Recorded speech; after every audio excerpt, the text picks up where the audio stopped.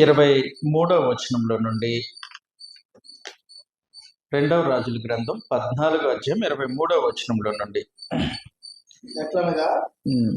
2వ రాజుల గ్రంథం 14వ అధ్యాయం 23వ వచనం.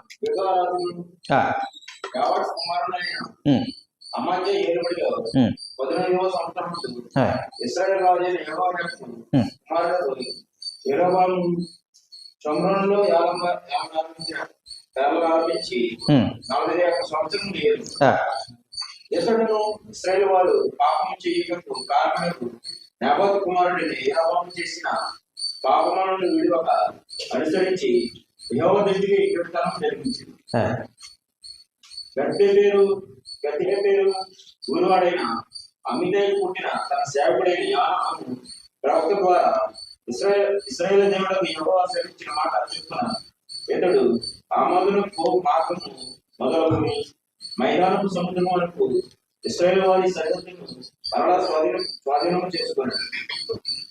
యాదైనగా అల్పులేమి గనులేమి ఇశ్రాయేలు వారికి సహాయం ఎవరు లేకపోయింది. యెహోవా ఇశ్రాయేలు వారు పొందిన బాధ ఘోరమైనది అనుకున్నాడు. ఇశ్రాయేలు పేరు ఆకర్షణకు కూర్చివేయనని యెహోవా సెలవిచ్చాడు. కనుక యెహోయాషు కుమారుడైన యెరొబోము ద్వారా వారిని రక్షించాడు.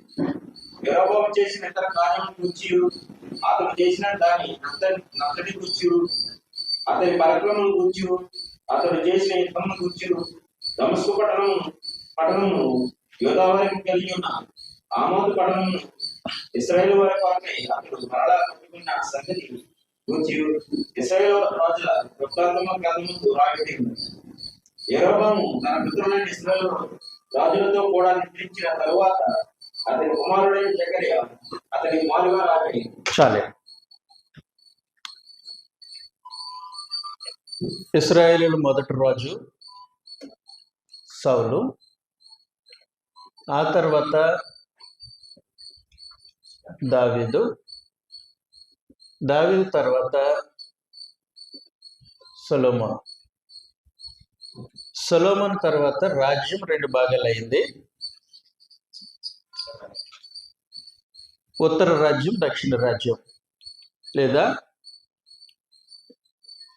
యూదా, ఇశ్రాయేలు అని పిలువబడ్డాయి. దావీదు రాజవంశము యూదా రాజ్యాన్ని పరిపాలిస్తుంటే ఇశ్రాయేలు రాజులను ఇంచుమించుగా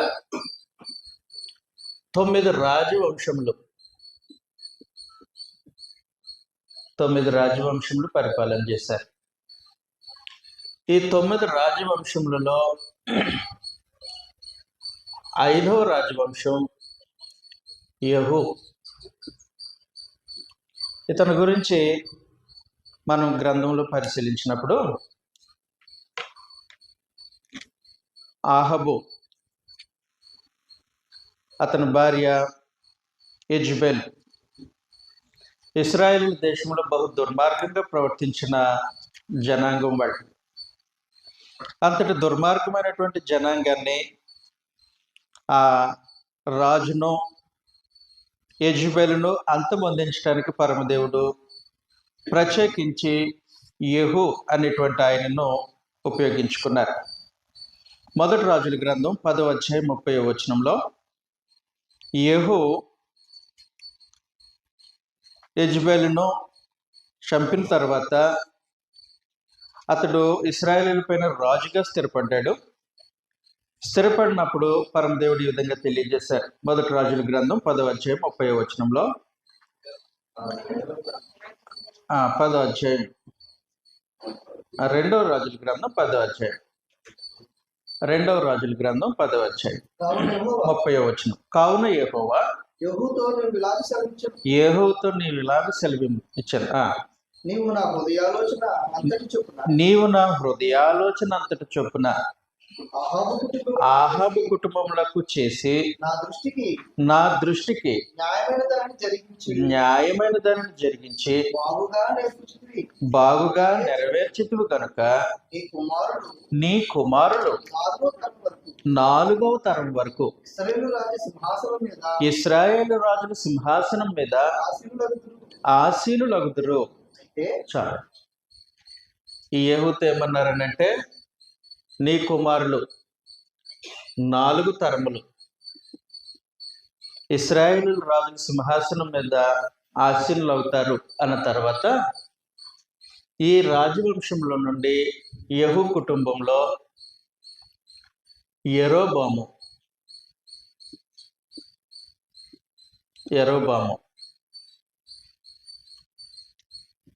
ఈయనను యరొబాము 2 అని కూడా అంటారు. ఇశ్రాయేలును పరిపాలించినటువంటి రాజుల్లో యరొబాము 2. అసలు రాజ్యం 2గా విడిపోయినప్పుడు ఇశ్రాయేలీల పైన మొట్టమొదటిగా దేవుడు ఏర్పాటు చేసింది యరొబాము. ఆయనని యరొబాము 1 అంటారు. ఈయన యరొబాము 2. ఇతడు 41 సంవత్సరాలు పరిపాలన చేశాడు.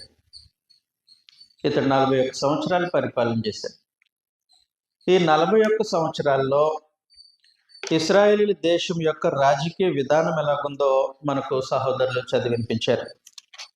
14వ అధ్యాయం 2వ రాజుల గ్రంథం 14వ అధ్యాయం 23వ వచనంలో నుండి మనం చూసినప్పుడు, ప్రత్యేకించి 25వ వచనంలో యోనా అను ప్రవక్త ద్వారా ఇశ్రాయేలీల దేవుడకు యెహోవా సెలవిచ్చిన మాట చొప్పున ఇతడు హామాతుకు పోవు మార్గము మొదలుకొని మైదానపు సముద్రము వరకు ఇశ్రాయేలు వారి సరిహద్దులను మరలా స్వాధీనపరుచుకొనడం. అతని కాలంలో జరిగినటువంటి రాజకీయ పరిణామాలు ఎలాగున్నాయనంటే, అంతకుముందు ఉన్నటువంటి రాజుల యొక్క దుష్ప్రవర్తనను బట్టి ఇశ్రాయేలు సరిహద్దులను సిరియనులు స్వాధీనం చేసుకున్నారు. సిరియాను స్వాధీనం చేసుకుంటే, ప్రత్యేకించి బెన్హదద్ అనే రాజు ఉండేవాడు, సిరియా రాజు. అతడు స్వాధీనం చేసుకున్నాడు. ఆ ఇశ్రాయేలీల సరిహద్దుల్లో ఉండేటువంటి జనాంగము చాలా ఇబ్బందులు పడేవారు సిరియా రాజుల చేతిలో. అయితే యరొబాము వచ్చి ఏం చేశాడనంటే, సిరియన్ల ఆధ్వర్యంలో ఉన్న ఇశ్రాయేలీల పట్టణాలన్నిటినీ విడిపించాడు, సరిహద్దులను విస్తరింపజేశాడు. ఇప్పుడు ఇశ్రాయేలీలు వారి భూభాగంలో జనులు క్షేమంగా ఉన్నారు, శత్రుభయం లేదు. యరొబాము బలవంతుడైన రాజు, పరాక్రమశాలి. అందువలన అతడు ఏలుబడి 41 సంవత్సరాలు ఇశ్రాయేలీల రాజుల్లో ఎక్కువ కాలం పరిపాలించిన రాజు యరొబామే.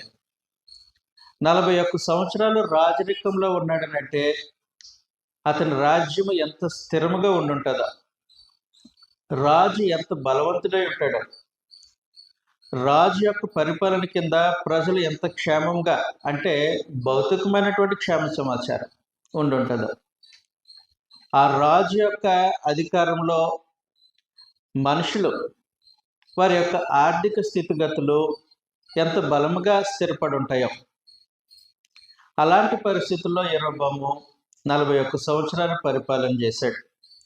ఇది రాజకీయమైనటువంటి విధానం.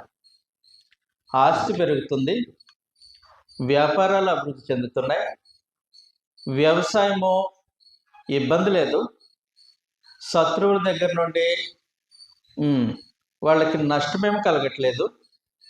అలాంటి పరిస్థితుల్లో ఇశ్రాయేలీల సామ్రాజ్యము యరొబాము యొక్క అధికారం క్రింద 41 సంవత్సరాలు సుభిక్షంగా కొనసాగుతున్నట్లు మనకి ఇక్కడ కనబడుతూ ఉంది.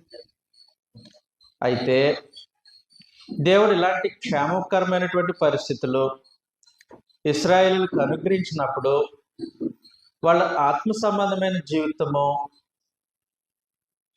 దేవునికి అంగీకారంగా ఉండడం అనేది న్యాయం.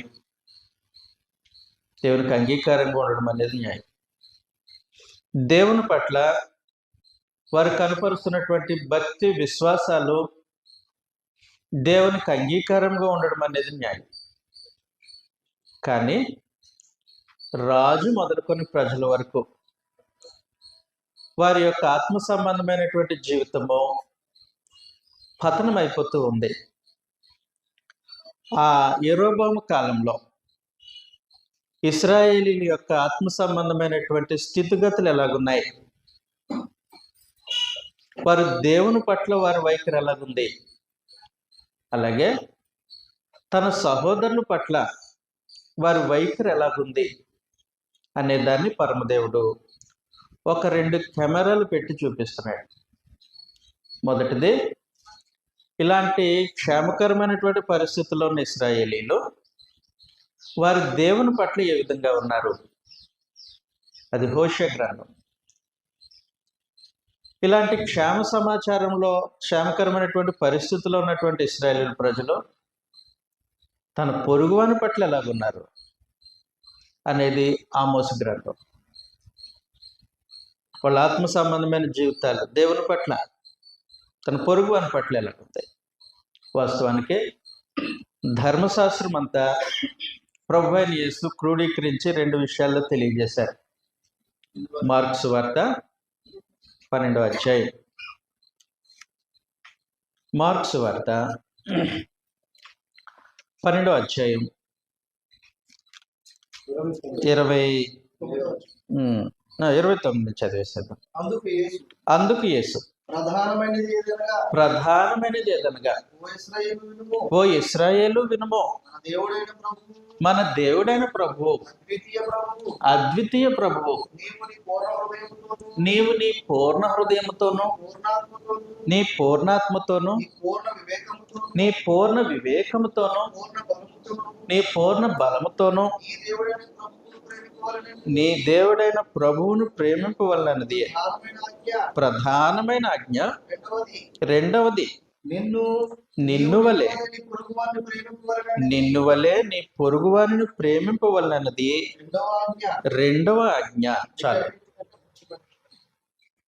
మొదటిది, ఇశ్రాయేలీలో తమ దేవుని పట్ల ఎలాంటి వైఖరి కలిగి ఉండాలి.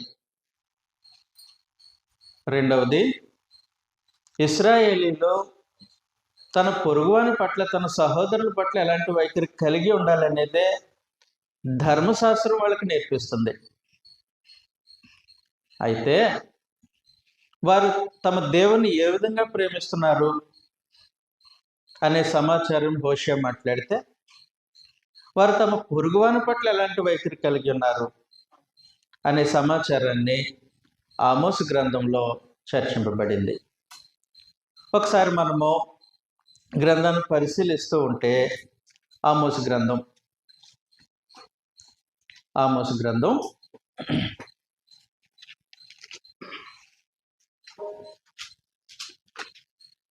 మొదటి అధ్యాయం 1వ వచనంలో నుండి, యోధా రాజైన ఉజ్జియా దినములలో ఇశ్రాయేలు రాజుకు యెహోయాషు కుమారుడైన యెరోబాము దినములలో భూకంపము కలుగుటకు 2 సంవత్సరముల ముందు ఇశ్రాయేలును గూర్చి తెకోవలో పశువుల కాపరులలో ఆమోషునకు కలిగిన దర్శన వివరము అన్నాడు. యెరోబాము పరిపాలన చేస్తూ ఉన్నాడు. ఈ యెరోబాము కాలంలో ఆమోసు అనే పశువుల కాపరి యోధా భూభాగంలో తెకోవా అనే ఒక ఊరిలో నివసిస్తున్నాడు. ఇతడు చెరిపేశానా, ఈ ఇశ్రాయేలు భూభాగానికి సంబంధించిన వ్యక్తి కాదు. ఆమోస్ రాజ్యం 2గా విడిపోయింది కదా, యోధా రాజ్యం, ఇశ్రాయేల్ రాజ్యం. ఇశ్రాయేలీలకి సమాచారం ఇస్తున్నాడు, ఇశ్రాయేలీల గురించి ప్రవచిస్తున్నాడు. కానీ లోకలర్ కాదు, ఇశ్రాయేలీల భూభాగంలో నివసించేవాడు కాదు, యోధా భూభాగంలో నివసించేవాడు. యెరూషలేముకి ఇంచుమించుగా ఒక 15 మైళ్ళ దూరంలో ఈయన గ్రామం ఉంటుంది. ఇతడు యోధా మనుషుడు, పశువులు కాసుకుంటాడు. ఇతడు ప్రవక్త కాదు, ప్రవక్తల స్కూల్లో ట్రైనింగ్ అవలా. మనకు ప్రీచర్ స్కూల్స్ ఉన్నట్టు పూర్వకాలంలో ప్రవక్తల స్కూల్స్ ఉండేవి. ప్రవక్త దగ్గర కొంతమంది శిష్యరికం చేస్తూ ఉండేవారు. ఏలియా దగ్గర ఎలీషా శిష్యుడు, సమూయేలు దగ్గర ఇంకా చాలామంది ప్రవక్తలు ఉంటూ ఉండేవారు. అలాగూ ప్రవక్తల దగ్గర శిష్యరికం చేసే కొంతమంది ఉండేవారు. అయితే ఈ ఆమోసు ప్రవక్తగా దేవుడు ఎంచుకున్నాడు, కానీ ప్రవక్తల స్కూల్లోంచి ఎంచుకోలే. ఈ ఆమోసుని దేవుడు ప్రవక్తగా ఎంచుకున్నాడు, కానీ అతడు యాజకుడు కానీ, రాజవంశీయుడు కానీ, లేదంటే బైబిల్ బోధకుడు కానీ, అంటే ధర్మశాస్త్ర బోధకుడు కానీ, ఇలాంటి క్వాలిఫికేషన్స్ ఏమీ లేవు. ఆయన తన పని చేసుకుంటాడు. ఆయన పశువులు కాపరి. పశువులు కాసుకోవడం ఆయన వృత్తి. అంత మాత్రమే కాదు, ఆయనకు ఇంకొక సైడ్ బిజినెస్ కూడా ఉంది. అదేంటంటే మేడి పండ్లు ఏరుకోవడం. చదువుతా, ఆమోసు గ్రంథంలోనే 6వ అధ్యాయం, ఆమోసు గ్రంథం 7వ అధ్యాయం 14వ వచనంలో నుండి, అందుకు ఆమోసు, నేను ప్రవక్తనైనను కాను, ప్రవక్త యొక్క శిష్యుడినైనను కాను, కానీ పశువుల కాపరినై మేడు పండ్లను ఏరుకునేవాడును. కాబట్టి అతనికి ఒక వృత్తి ఉంది, ప్రవృత్తి కూడా ఉంది. పశువుల కాపరి, అలాగే మేడు పండ్లు కూడా ఏరుకునేవాడు. ఇతడు యోధా దేశంలో నివాసం చేస్తాడు. యోధా దేశంలో నివాసం చేస్తున్నటువంటి ఆమోసును దేవుడు పిలిచి, నువ్వు ఇశ్రాయేలు దేశానికి వెళ్ళు, ఇశ్రాయేలు దేశానికి వెళ్ళు అని. ఇశ్రాయేలు దేశానికి వెళితే ఆ దేశంలో ఉన్న మనుషులు కనీసం ఆ ఊరు ప్రజలకే గౌరవం ఎవరు, ఆ దేశపు వాసులనే వాళ్ళు అంగీకరించరు. ఆ దేశంలో ఉన్న యెహోవా ప్రవక్తలనే వాళ్ళు చంపజూసినటువంటి కల్చర్ ఆహాబు కాలంలో. అలాంటిది పొరుగు దేశం నుండి ప్రవక్త వారి మధ్యలోనికి వెళ్తే స్వాగతిస్తారా? స్వాగతించరు. ప్రత్యేకించి ఈ పల్లెటూరు నుంచి బయలుదేరినటువంటి ఆయన ఇశ్రాయేలీల మధ్యలో ఏదో ఒక చిన్న పల్లెటూరు చూసుకొని అక్కడ ప్రవచనాలు చెప్పడం కాదు. ఎక్కడైతే రాజు ఉన్నాడో ఆ ఊర్లో, ఎక్కడైతే ఇశ్రాయేలీల మత కేంద్రం ఉందో ఆ బేతేల్లో, ఇతడు దేవుని యొక్క సందేశాన్ని ఆ ప్రజలకు వినిపించాలి. సామాన్యమైన సంగతి కాదు, సామాన్యమైన సంగతి కాదు. ఏం చెప్పాలి? ఆ ఊరెళ్ళి, రాజు నువ్వు చేస్తున్న తప్పు. ఎవడరా నువ్వు? మాది పొరుగు దేశం. వింటాడా రాజు? వింటాడా? ప్రజలారా మీరు చేస్తున్నది తప్పు. ప్రజలు వింటారా? చూడండి ఎలాంటి పరిస్థితుల్లో ఆమోసు పరిచయ నిమిత్తం ఎన్నుకోబడ్డాడు. సామాన్యమైన పరిస్థితులు కాదు, అది సామాన్యమైన పరిస్థితులు కాదు. ప్రత్యేకించి ఈ ఇశ్రాయేలీలు యూదా వారిని ప్రథమ శత్రువులుగా భావిస్తారు. ఆ తర్వాత వేరే ఏ దేశమైనా, సిరియన్లైనా, ఈజిప్షియన్స్ అయినా ఇంక తర్వాత సంగతి.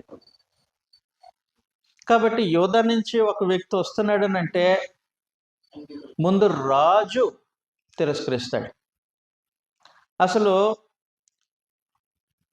బేతేల్లో కానీ దానిలో కానీ బలిపీఠాలను నిర్మించడానికి గల కారణము అసలు యూదా దేశానికి, ఇశ్రాయేలీల దేశానికి సంబంధం లేకుండా చేయాలనే కదా యెరోబాము మొదట్లో చేసినటువంటి కుట్ర. అంటే యూదా జనాంగాన్ని వీళ్ళు అంగీకరించరు, యూదా మనుషులను వీళ్ళు ఇష్టపడరు. అలాంటి యూదా దేశంలో నుండి ఆమోసు ఇప్పుడు ఇశ్రాయేలీల భూభాగానికి క్యాపిటల్ సిటీ, రాజకీయంగా అది క్యాపిటల్, మతపరంగా క్యాపిటల్. ఆ ఊరికి వెళ్ళి ఇప్పుడు ప్రవచనాలు దేవుని యొక్క సందేశాన్ని వినిపించడానికి ఆమోసు ఎన్నుకోబడ్డాడు. మామూలు సంగతి కాదు. నేను అనుకున్న సంగతి ఏంటంటే, మనంత కంఫర్టబుల్ జోన్లో ఆమోస్ లేడు. ఆమోస్ మనంత కంఫర్టబుల్ జోన్లో లేడు. మనం మన ఊర్లో మనకు తెలిసిన మనుషుల మధ్యలో సువార్త ప్రకటిస్తున్నాం. ఎరగని మనుషుల మధ్యలో, ద్వేషించే మనుషుల మధ్యలో, తాను ఎన్నడూ చూడని వినని ప్రదేశం మధ్యలో అతడు నిలబడి దేవుని పక్షంగా సందేశాన్ని వినిపించటానికి దేవుడు ఎంచుకున్నాడనంటే ఆయన కృప. అందుకు అనుకూలమైన వాడు ఆమోస్.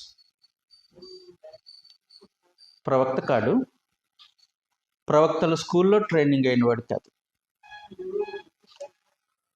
వృత్తి పశువులు కాసుకుంటాడు, దానితో పాటు మేడు పండ్లు ఏరుకుంటాడు. అలాంటి వ్యక్తిని పరమదేవుడు తన పరిచర్య నిమిత్తము ఏర్పాటు చేసుకున్నాడు. ఏర్పాటు చేసుకున్న తర్వాత అతడు సందేశాన్ని ఇశ్రాయేలు ప్రజలకు వినిపింపజేస్తూ ఉన్నాడు. అతడు వినిపింపజేస్తున్నటువంటి విధానం ఎలాగుందనంటే, మొట్టమొదటిగా మీ దేవుడు ఎలాంటి వారు అనుకుంటున్నారు? నీ దేవుడు ఎట్టువాడు అనుకుంటున్నావు? నీ దేవుడు ఐగుప్తు దేశం నుండి నిన్ను విడిపించి కనాను భూభాగంలో నిన్ను నాటిన దేవుడు, నీతో నిబంధన చేసిన దేవుడు, నీకు దేవుడై ఉండటానికి ఆయన నీతో నిబంధన చేసి నీకు ధర్మశాస్త్రాన్ని ఇచ్చినటువంటి దేవుడు ఎట్టువాడు అనుకుంటున్నావు? బేతెల్లో ఉన్న విగ్రహం అనుకుంటున్నావా? లేదంటే ఆయా ప్రాంతాల్లో ఆయా జనాంగము, ఆయా జాతులు వారు కొలుస్తున్నటువంటి బొమ్మలు అనుకుంటున్నావా? నీ దేవుడు ఎట్టువాడు నువ్వు ఎరిగి ఉండాలి. మొదటిగా నీ దేవుడు ఎట్టువాడనంటే చదువుతాం. 4వ అధ్యాయం 13వ వచనంలో పర్వతములను నిరూపించువాడును గాలిని పుట్టించువాడు ఆయనే. ఉదయమును చీకటి కమ్మజేయవాడును మనుషుల యోచనలను వారికి తెలియజేయవాడు ఆయనే. అదిగోండి, భూమి యొక్క ఉన్నత స్థలముల మీద సంచరించు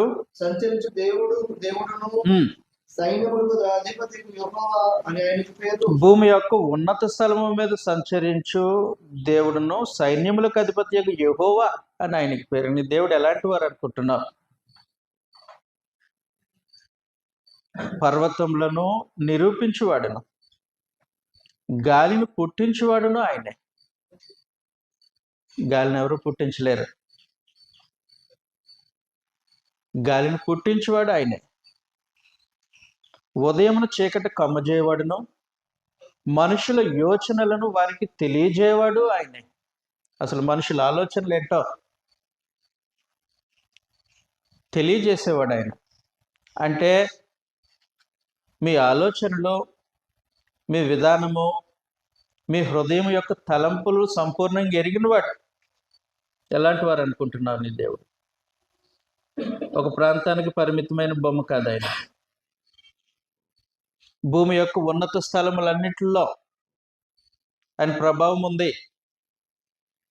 వాస్తవానికి ఆకాశమైన సింహాసనం, భూమి ఆయన పాదపీఠం.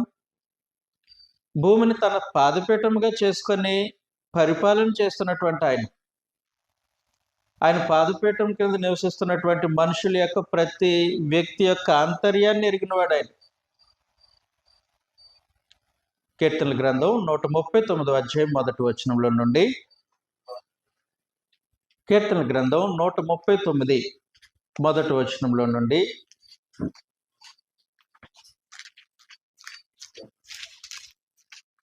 యెహోవా నీవు నన్ను పరిశోధించి తెలుసుకొని వెళ్ళావు.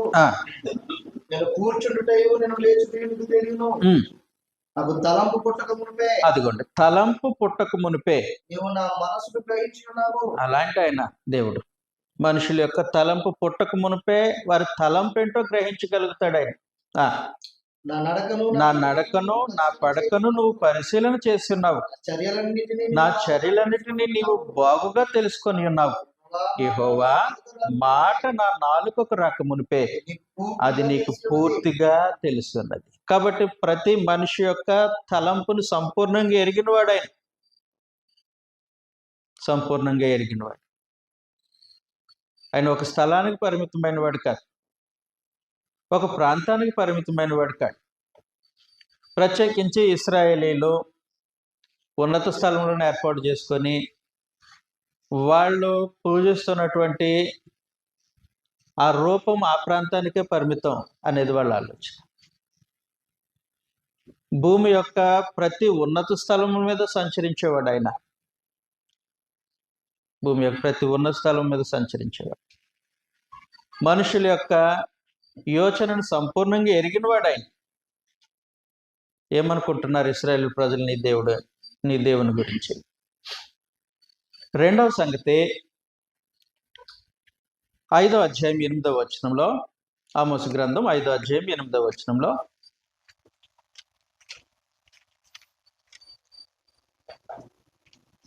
ఆయన సప్తఋషి నక్షత్రములను మృగశీర్ష నక్షత్రములను సృష్టించిన వాడు, కారు చీకటిని ఉదయముగా మార్చువాడు,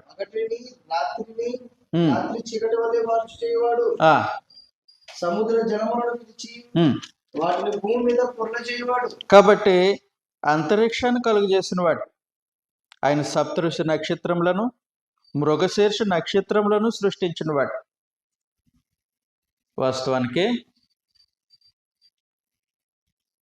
సూర్యచంద్ర నక్షత్రాలని సమస్తాన్ని ఆయన సృష్టించాడు. ఎవరి కోసం సృష్టించాడు? ఎవరి కోసం? ద్వితీయోపదేశకాండం దేవుడు ఈ సమస్త సృష్టిని ప్రత్యేకించి ఆకాశ సైన్యముగా పిలువబడుతున్న సూర్యచంద్ర నక్షత్రాలను ఎందుకు సృష్టించారు? ద్వితీయోపదేశకాండం 4వ అధ్యాయం 19వ వచనంలో సూర్యచంద్ర నక్షత్రములైన ఆకాశ సైన్యమును చూచి మరల కొల్పబడి నీ దేవుడైన యెహోవా సర్వాకాశము క్రిందనున్న సమస్త ప్రజల కొరకు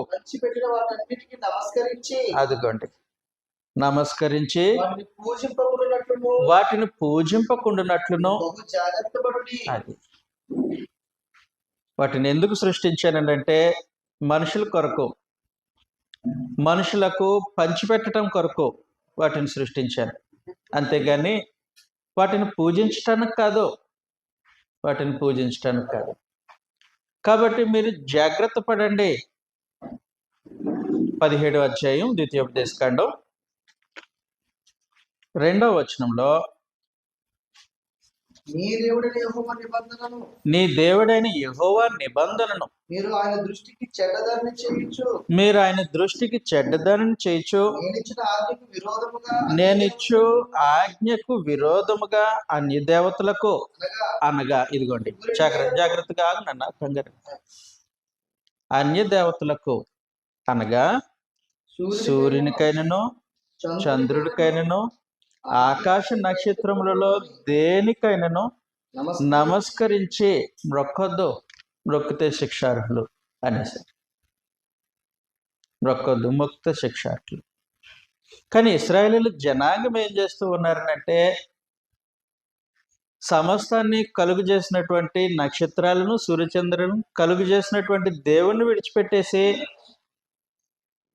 ఆయన చేసినటువంటి సృష్టి, వాటి ప్రతిరూపాలు, వాటిని అనుసరించినటువంటి దేవత ప్రతిమలను పూజించడం ప్రారంభించేశారు.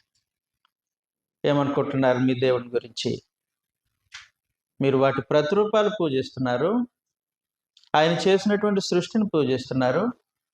వాస్తవానికి మన దేవుడు, మనతో నిబంధన చేసినటువంటి దేవుడు, వాటిని కలుగు చేసిన వాడు. కాబట్టి మొదటగా ఆమోసు ఇశ్రాయేలు జనాంగానికి, ఆ ప్రజలకి తమ దేవుడు ఎట్టువాడో తెలియజేశాడు.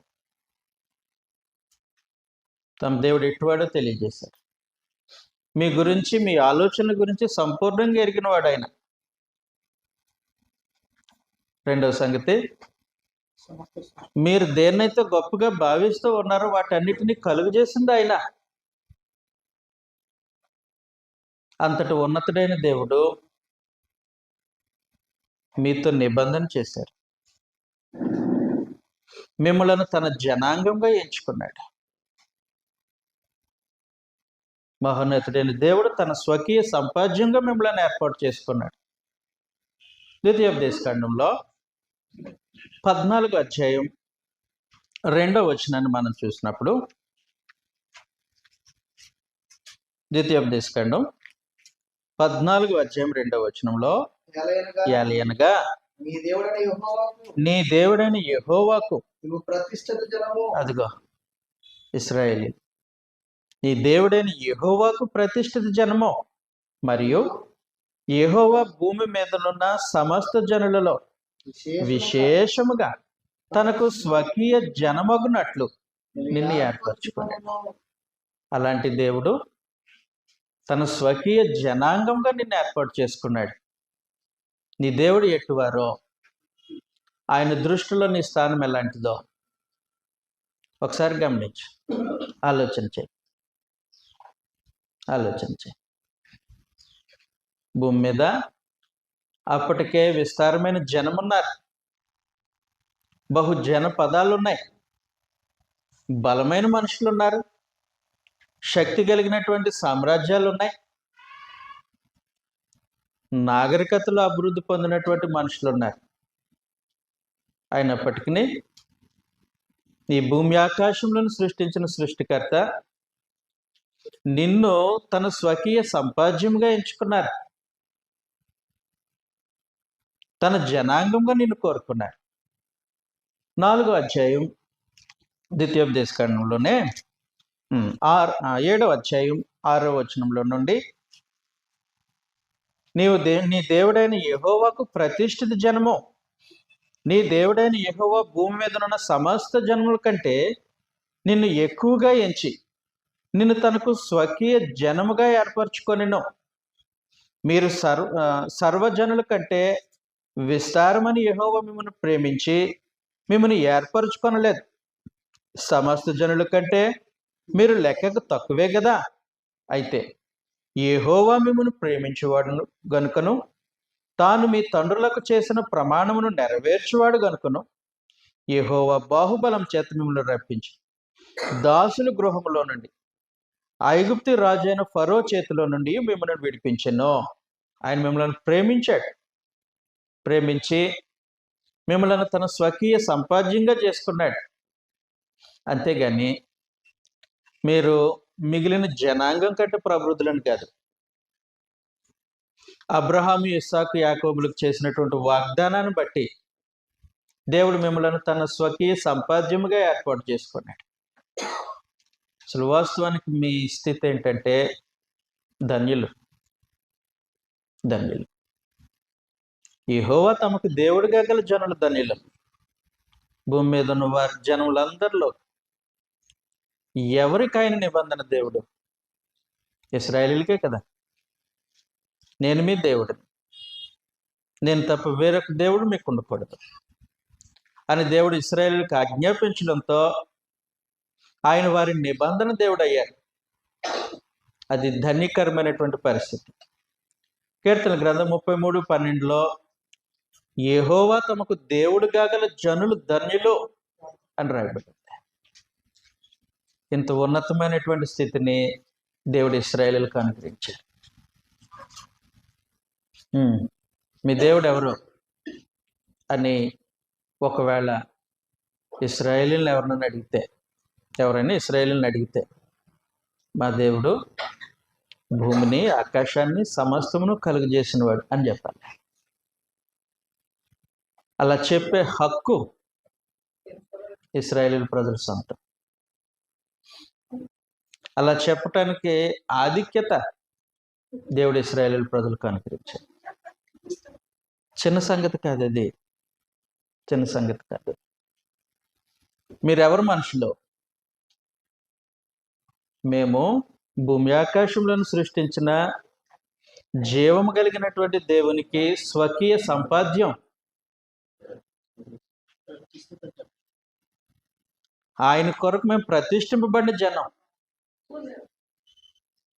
అది దేవుడు ఇశ్రాయేలు ప్రజలకు ఇచ్చిన ఐడెంటిటీ. దేవుడు ఇశ్రాయేలు ప్రజలకు ఇచ్చినటువంటి ఆధిక్యత అలాంటిది. అంత మాత్రమే కాదు,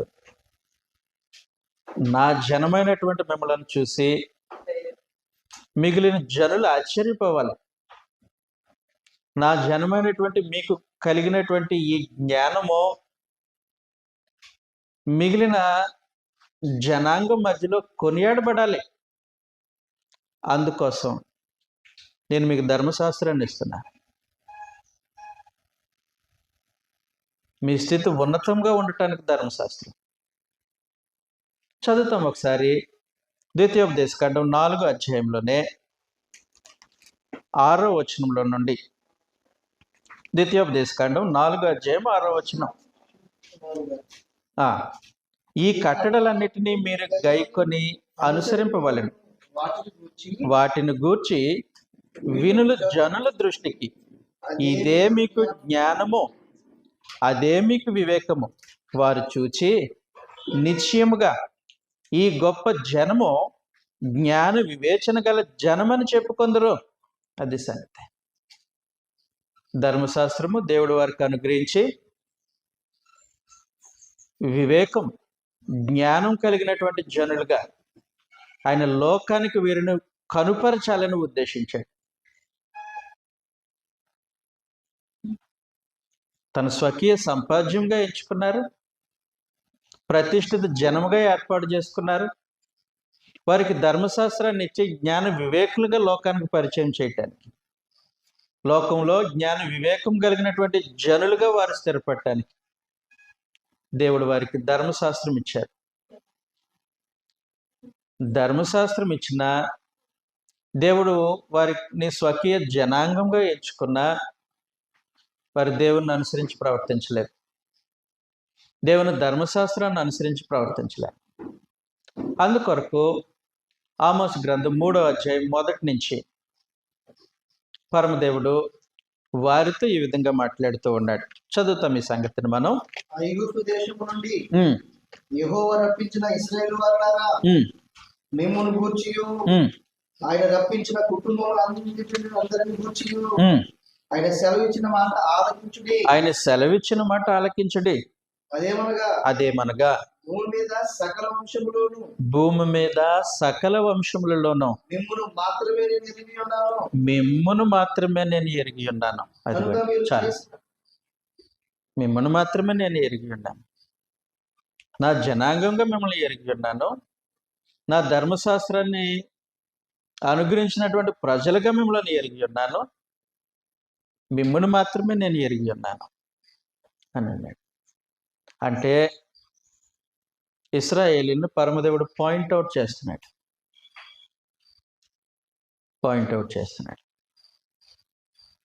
వాస్తవానికి మిగిలిన జాతులలో, మిగిలిన జనాంగంలో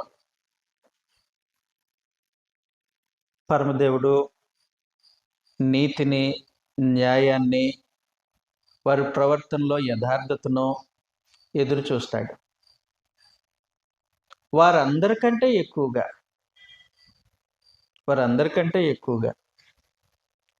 తన నిబంధన ప్రజల నుండి వారి ప్రవర్తనలో నీతి, న్యాయాన్ని, యథార్థతను దేవుడు ఎదురు చూస్తాడు.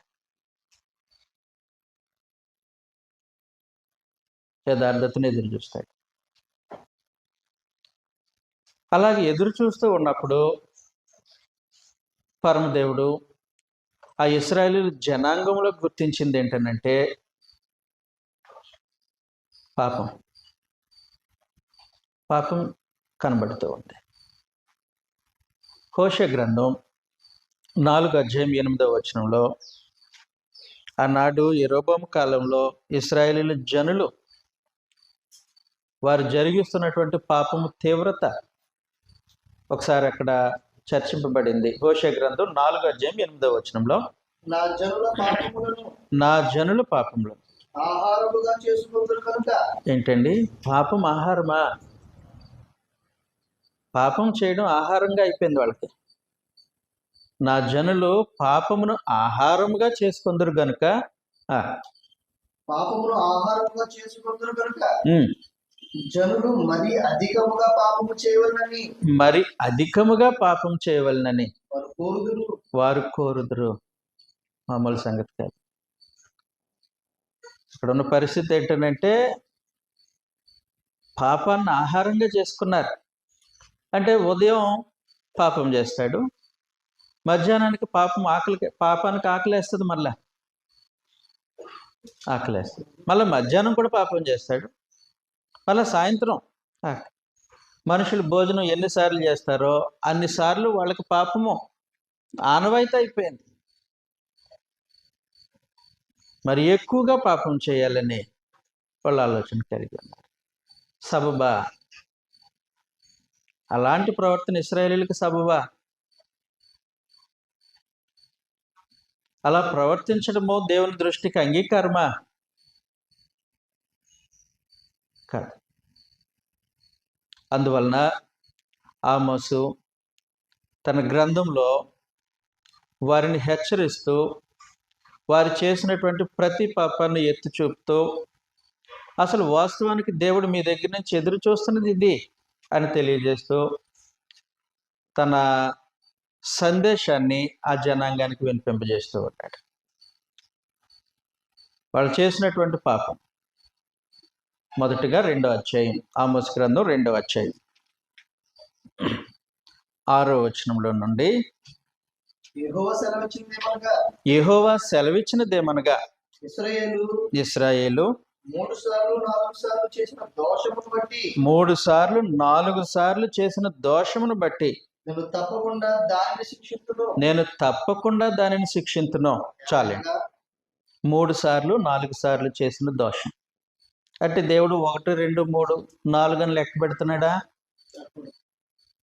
దాని భావం ఏంటంటే మారు మనసు కొరకు దేవుని దీర్ఘశాంతం. మొదటి దఫా పాపం కనబడింది, శిక్షించలే. మారు మనసుని ఎదురు చూస్తూ ఉన్నాడు వాళ్ళ దగ్గర నుండి. తన ధర్మశాస్త్రాన్ని అనుసరించి ప్రవర్తించడానికి ప్రేరేపిస్తూ ఉన్నాడు. 2వ దఫా కూడా పాపం జరుగుతూనే ఉంది. మరలా దేవుడు తన దీర్ఘశాంతంతో ఎవరు నశించట ఇచ్చింపక అందరూ మారు మనసు పొందాలని దేవుడు కోరుతాడు కాబట్టి మరలా దీర్ఘశాంతాన్ని చెప్తున్నాడు. 3వసారి అసలు వాస్తవానికి 1, 2, 3 అయిపోతాయి. 4వసారి కూడా దేవుడు ఓర్చుకున్నాడు. దేవుని దీర్ఘశాంతం అది.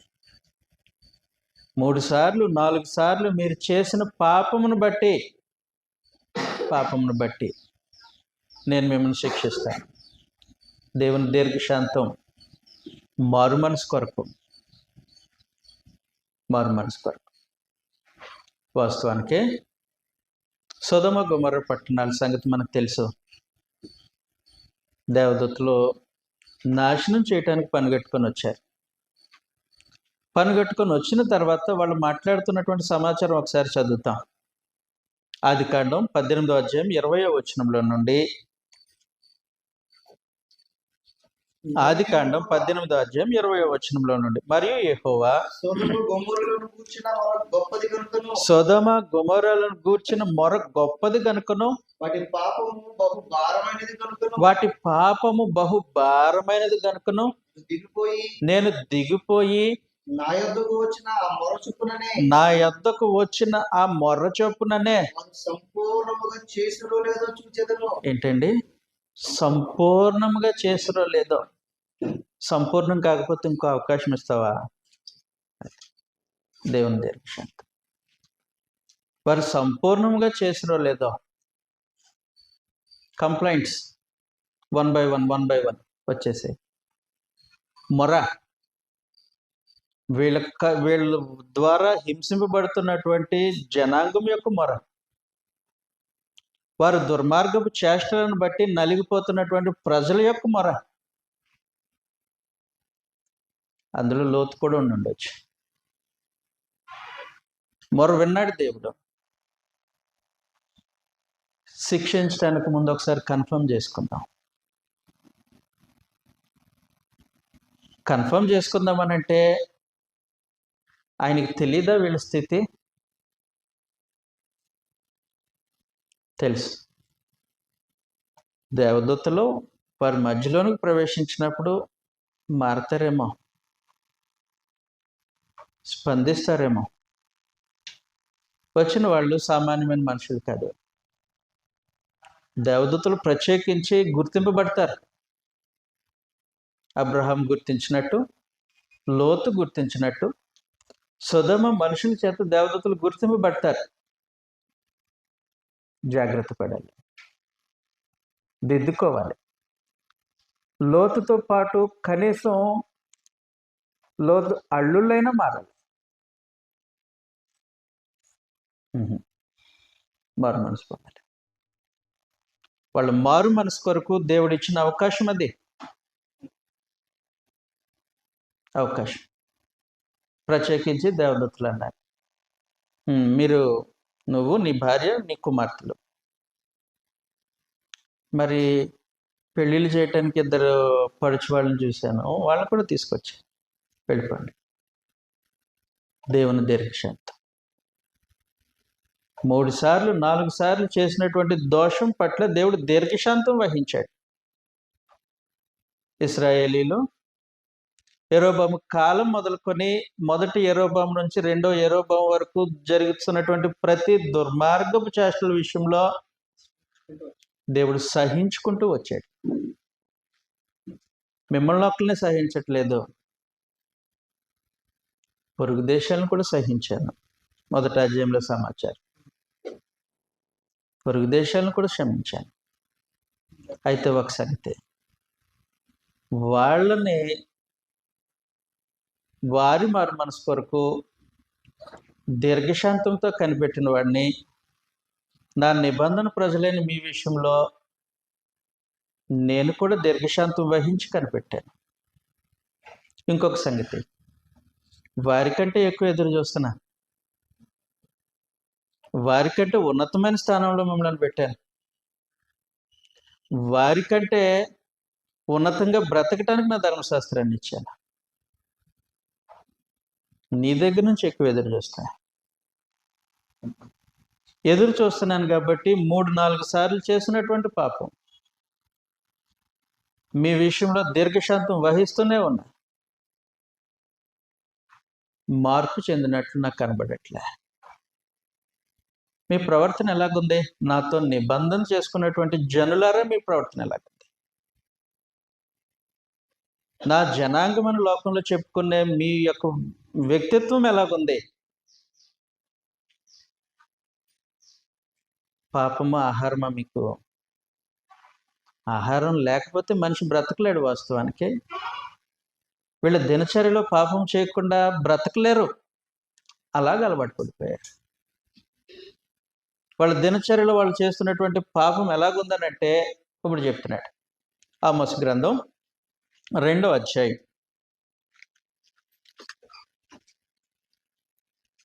6వ వచనంలో నుండి,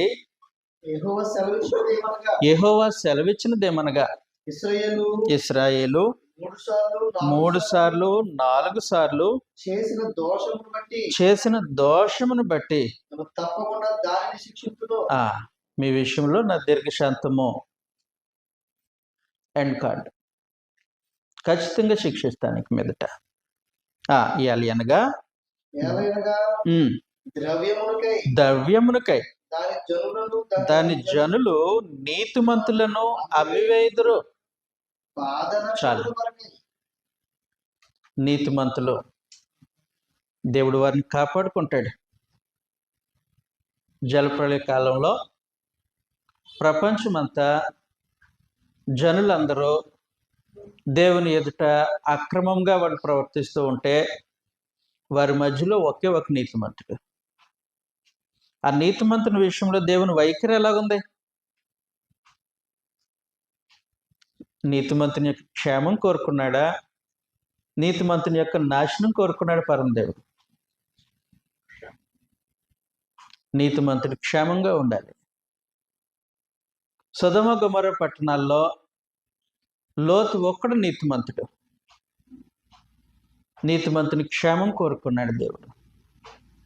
చరిత్ర ఎరిగిన ప్రజలు, ఇశ్రాయేలు జనాంగం, వారి మధ్యలో నీతిమంతుడు ఉంటే అతని క్షేమం కోరుకోవాలి. అతని నీతిని అనుసరించి ప్రవర్తించటానికే ఇష్టపడాలి. కానీ వీళ్ళ ప్రవర్తన ఎలాగుందనంటే ద్రవ్యమునికై నీతిమంతుడిని అమ్మేస్తున్నారు. నీతిమంతుడిని అమ్మేస్తున్నారు అంటే మనుషుల కంటే కరెన్సీ ఎక్కువ, మనుషులతో బాంధవ్యం కంటే నోట్ల కట్టలు ఎక్కువ. పరమదేవుడు వారి మధ్యలో గుర్తించినటువంటి పాపం అది. ద్రవ్యమునికే నీతిమంతుడిని అమ్మేస్తారా? చిన్న సంగతి కాదు, చిన్న సంగతి కాదు.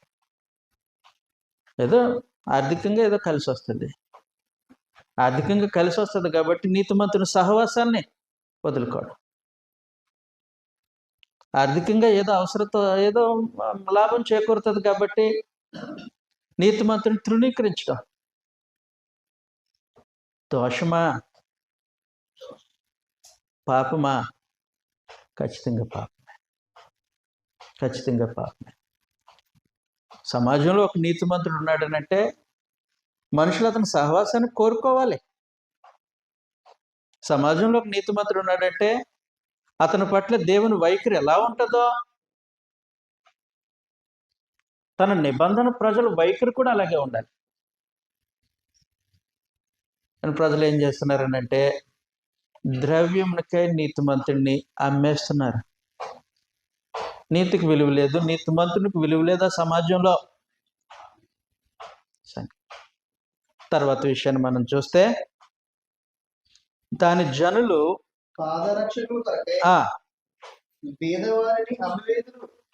పాదరక్షల కొరకు బేదవాడిని అమ్మేయడమా? పాదరక్షలు, కాళ్ళకు వేసుకునే చెప్పులు. బేదవాడు, సహోదరుడు ఎవరు విలువైన వారు? ఎవరు విలువైన వారు? పాదరక్షల కొరకే బేదవాడిని అమ్మేస్తున్నారు. కాబట్టి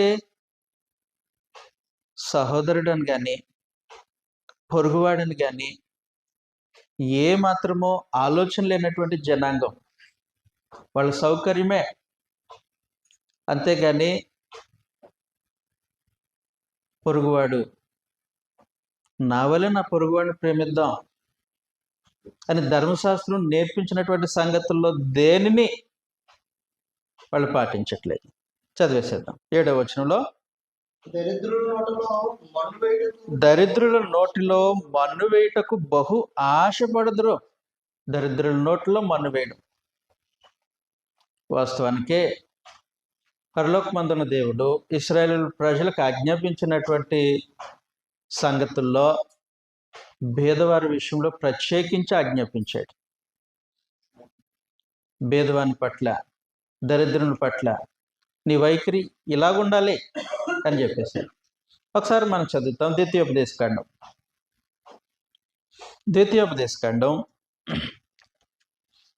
24వ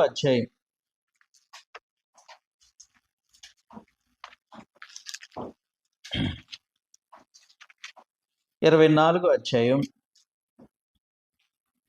19వ వచనంలో నుండి, నీ పొలములో నీ పంట కోయుచున్నప్పుడు పొలములో ఒక పన మరిచిపోయినడుగా అది తెచ్చుకొనుటకు నువ్వు తిరిగిపోకూడదు. నీ దేవుడైన యెహోవా నీవు చేయు పనులన్నిటిలోనూ నిన్ను ఆశీర్వదించినట్లు అది పరదేశములోను తండ్రి లేని వారికి విధవరాడును ఉండవలెను. అదే కాబట్టి బీదల కొరకు దేవుడు ప్రత్యేకమైన శ్రద్ధ తీసుకున్నాడు గ్రంథంలో. 15వ అధ్యాయం 9వ వచనం, నీ దేవుడైన యెహోవా, ద్వితీయోపదేశకాండం 15వ అధ్యాయం 9వ వచనం, నీ దేవుడైన యెహోవా నీకు ఇచ్చుచున్న దేశమందు నీ పురములలో ఎక్కడైనను నీ సహోదరులో ఒక బేదవాడు ఉండిన ఎడల బేదవాడని నీ సహోదరుని కరుణింపకుండా నీ హృదయమును కఠినపరుచుకొనకూడదు. నీ హృదయాన్ని కఠినపరచుకోకూడదు. బేదవాడని నీ సహోదరును కరుణించాలి అని పరమదేవుడు ఆజ్ఞాపించాడు. కాబట్టి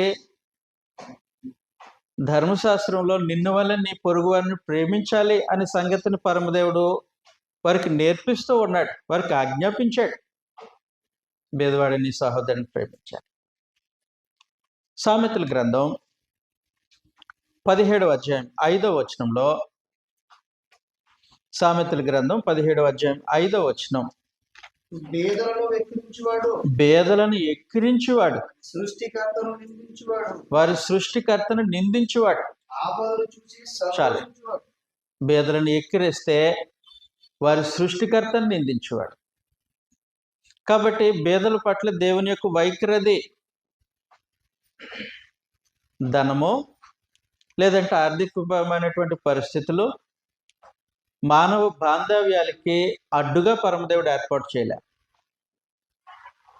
ప్రత్యేకించి ఇశ్రాయేలీయుల సమాజంలో వారి దేవుని ప్రజలుగా జీవితాన్ని కొనసాగించడానికి మానవుల యొక్క ఆర్థికమైన స్థితిగతులు అడ్డంకు కాదు. బేదల విషయంలో పరమదేవుడు అలాంటి శ్రద్ధ వహిస్తే వీళ్ళు ఏం చేస్తున్నారు? దరిద్రుల నోట్లో మన్ను కొడుతున్నారు. బేదవారు సహాయం కొరకు తన ఇంటికి వస్తే వారిని అవమానించి పంపేస్తూ ఉన్నారు. చదువుతాము ఇప్పుడు ఆమోస్ గ్రంథం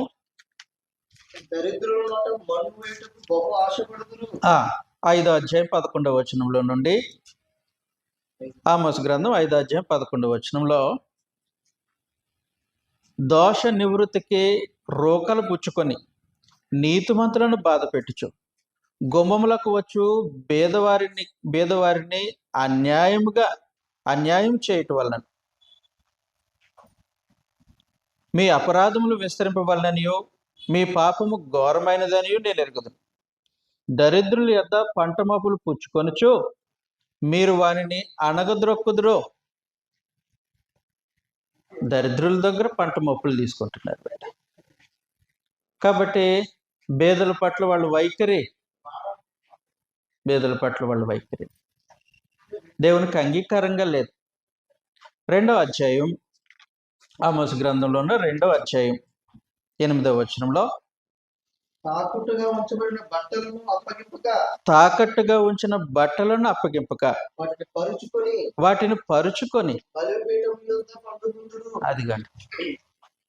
బేదవాడు అవసరం ఏదో వచ్చింది, బేదవాడి దగ్గర తాకట్టు పెట్టడానికి ఏమీ లేదు, కొదువు పెట్టాడు, తన వస్త్రాన్ని కొదువు పెట్టాడు. బేదవాని దగ్గర వస్త్రం కొదువుకు తీసుకున్న తర్వాత పరమదేవుడు ఏమని ఆజ్ఞాపించాడు అన్నట్టే, సాయంత్రానికల్లా ఇచ్చేయాలి. ఎందుకనంటే తన దేహాన్ని కాచుకోవటానికి అదే అతనికి ఆధారం. కాబట్టి సాయంత్రానికల్లా నువ్వు తిరిగి ఇచ్చేయాలని ధర్మశాస్త్రంలో ఆజ్ఞాపించాడు. ద్వితీయోపదేశకాండం 24వ అధ్యాయం 12వ వచనంలో, ద్వితీయోపదేశకాండం 24వ అధ్యాయం 12వ వచనం, ఆ మనుషుడు బేదవాడైన ఎడల తాకట్టు నుంచుకొని పండుకోకూడదు.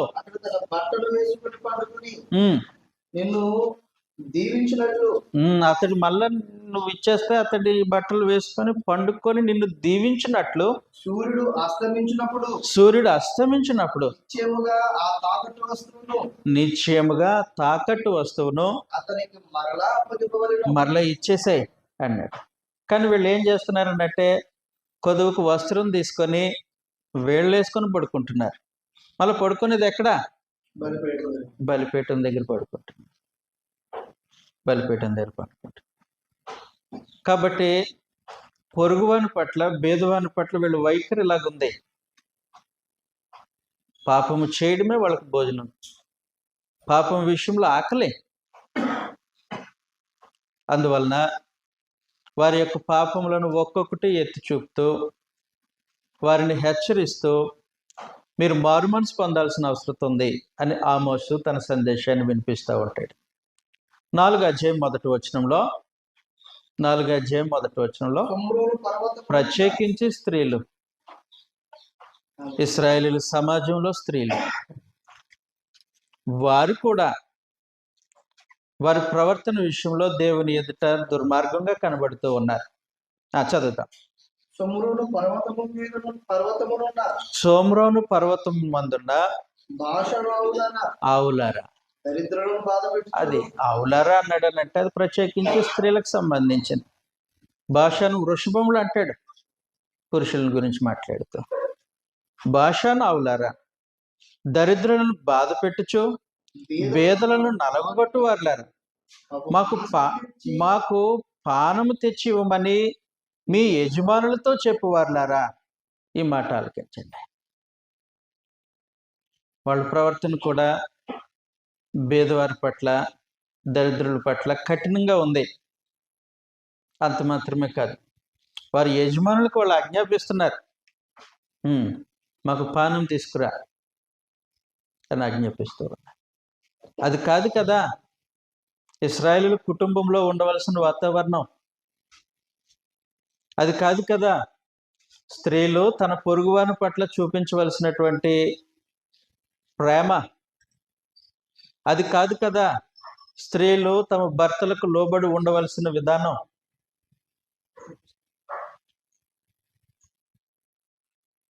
కాబట్టి వారి కుటుంబ జీవితాలు, వారి సామాజిక జీవితాలు, వారి ఆత్మ సంబంధమైనటువంటి జీవితంలో వారు కనుపరుస్తున్నటువంటి పతనం దేవుని ఎదుట ఆమోసు తన గ్రంథంలో ఎత్తి చూపుతూ వారిని హెచ్చరిక చేస్తూ ఉన్నాడు. కాబట్టి ఇశ్రాయేలీయులు చేసినటువంటి పాపములు అనేకం ప్రత్యేకించి పాయింట్అవుట్ చేస్తున్నాడు. ఎందుకు వాళ్ళందరిని వదిలేసి మా మీద పడ్డావు దేవా? మేము కొత్తగా నేర్చుకున్నాయి కాదు కదా, వాళ్ళు చేస్తున్నారు మేము చేస్తున్నాం, ఆ సిరియా వాళ్ళు చేస్తున్నాడు మేము చేస్తాం, ఈ ఐగుప్తులు చేస్తారు మేము చేస్తాం. నేను వాళ్ళు ఎవరితో నిబంధన చేయలేదే,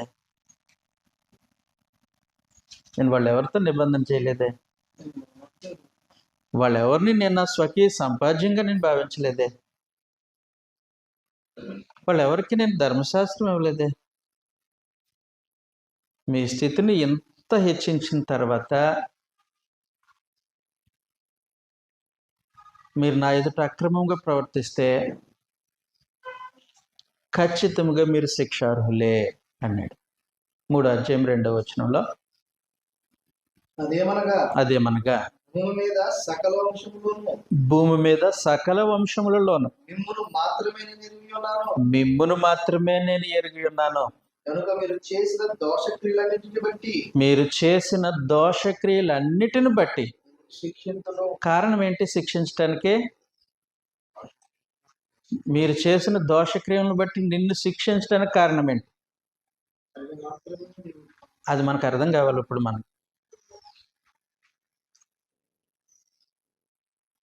మీరు చేసిన దోషక్రియలను బట్టి మిమ్మల్ని మాత్రమే నేను శిక్షిస్తాను అని ఎందుకు చెప్తున్నాడు?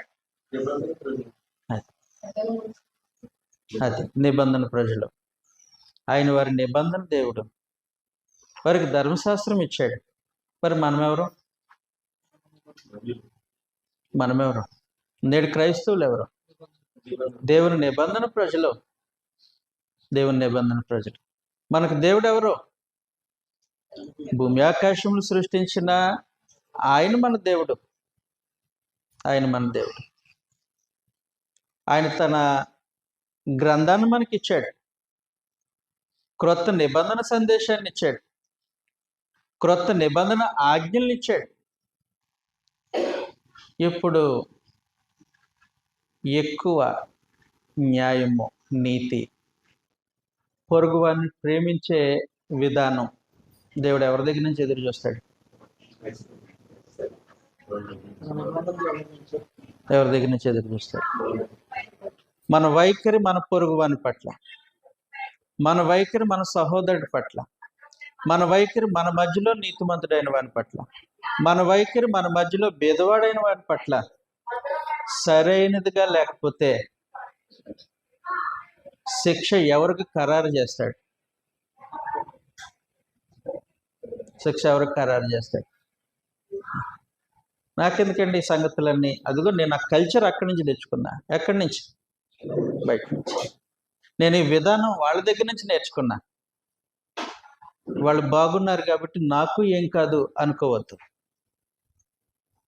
దేవుడు వారితో నిబంధన చేయలే, నీతో చేశాడు. దేవుడు వారికి క్రొత్త నిబంధన ఇవ్వలే, నీకు ఇచ్చాడు. దేవుడు వారికి నిబంధన దేవుడు కాదు, నీకు నిబంధన దేవుడు. జాగ్రత్త వహించాల్సిందే. ఆమోసు గ్రంథం మనకు నేర్పించేది, నువ్వు క్రొత్త నిబంధన ప్రజవైతే, ఆయన నీ నిబంధన దేవుడైతే, ఆయన ఆజ్ఞాపించినట్లుగా నీ పొరుగు వనితో నీ ప్రవర్తన ఎలాగుంది? నీ సహోదరుని పట్ల నీ వైఖరి ఎలాగుంది? సహోదరులో నీతిమంతుడైన భేదవాడు ఆయన పట్ల నీ వ్యక్తిత్వం ఎలా ప్రదర్శిస్తున్నావు? నీ ప్రేమను ఎలా కనపరుస్తూ ఉన్నావు? నీతిమంతునితో సహవాస విషయంలో నీ ఆలోచన ఏంటి?